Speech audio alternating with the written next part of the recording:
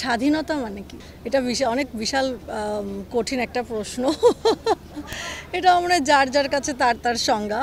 এগুলো একটু দুঃখজনক বিষয়। এগুলো নিয়ে আসলে আমি কি বলবো ঠিক জানি না, বাট আমার মনে হয় যে সবাই each and everyone deserves to stay safe. Maintain না করলে আমার খুব তাড়াতাড়ি হয়তো ওয়েট বাড়ে কমে, এটা একটু ফ্লাকচুয়েট করে।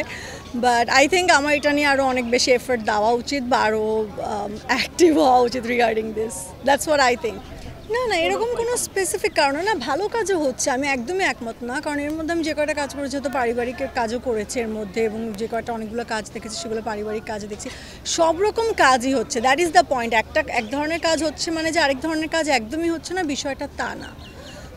সব রকম কাজই হচ্ছে, এখন সেখান থেকে যার যার চয়েস যে সে কী করবে, ব্যাপারটা এরকম। আমাকে টানে কোন ধরনের কাজ, এখন সেটা তো অ্যাকচুয়ালি স্ক্রিপ্ট পড়ে বুঝতে হয় যে কোন কাজটা আমার পড়ে মনে হয় যে না এটা আমি করতে চাই বা এটা আমি করতে চাই না। সেটা যে কোনো ধরনের, আমি কোনো জনরা বা কোনো টাইপ বলে দিতে চাই না যে আমি ফিক্সড এই টাইপই করতে চাই। একটা আর্টিস্ট তো তাহলে ফিক্সড হতে পারে না, আর্টিস্ট তো ভার্সেটাইল হতে হয়, তাকে সব রকম ক্যারেক্টার বা সব রকম গল্পেই নিজেকে কাজ করতে হয়, এবং আমরাও চাই সেটা করতে, সো দ্যাট নিজেকেও এক্সপ্লোর করা যায়। সো আমি কোনো স্পেসিফিক টাইপ ধরে বলতে চাই না। স্বাধীনতা মানে কি? এটা অনেক বিশাল কঠিন একটা প্রশ্ন। এটা মানে যার যার কাছে তার সংজ্ঞা, কিন্তু আমি বুঝেছি স্বাধীনতার সংজ্ঞা তো আসলে অনেকভাবেই বলা যায়। যদি বলেন যে হ্যাঁ ব্যক্তি স্বাধীনতা, এটা হচ্ছে আমার মনে হয় যে লিভ অ্যান্ড লেট লিভ, যে নিজেও বাঁচো অন্যকেও বাঁচতে দাও।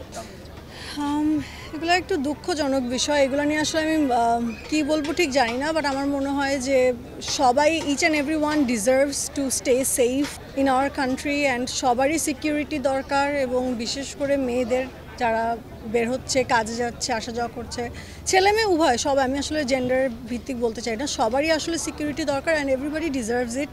এবং মানে এটা খুবই দুঃখজনক বিষয়টা, এবং যারা এটাতে এফেক্টেড হচ্ছে তাদের প্রতি আমি অনেক দুঃখ জানাচ্ছি। মানে আমি রিয়েলি সরি যারা এরকম অপ্রীতিকর ঘটনার সম্মুখীন হয়েছেন বা হচ্ছে, তাদের জন্য আসলে আন্তরিকভাবে দুঃখিত, এবং আশা করছি ইনশাল্লাহ আমাদের দেশটা খুব শীঘ্রই সুন্দর সিকিউরড অবস্থায় যেন থাকে।